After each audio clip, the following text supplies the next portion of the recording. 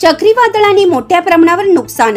आज मौजे कोहंडी येथे दुपारी 2 ते 4 पर्यंत अवकाळी पावसामुळे व चक्रीवादळामुळे घराचं तसेच धान्याचं खूप मोठ्या प्रमाणात नुकसान झाल्यामुळे घर मालक यांची आर्थिक व मानसिक हानी झाल्याचं सामाजिक व गाव चळवळीचे कार्यकर्ता माननीय गोरखसोमा परते व रामदास नामदेव परते तसेच सुधाकर किरवे, चंद्रकांत दादू धांडे, नंदू चंदू परते हे तात्काळ घटनास्थळी भेट देऊन त्वरित महसूल विभाग अकोले यांच्याशी संपर्क साधून 2 दिवसात पंचनामे करून नुकसान झालेल्या कुटुंबांना भरपाई देण्याची सकारात्मक चर्चा करण्यात आली।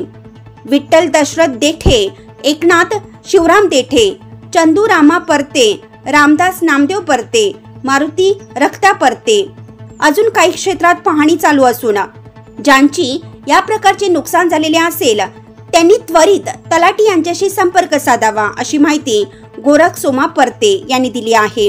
प्रतिनिधी अजय पवार, कोहंडी।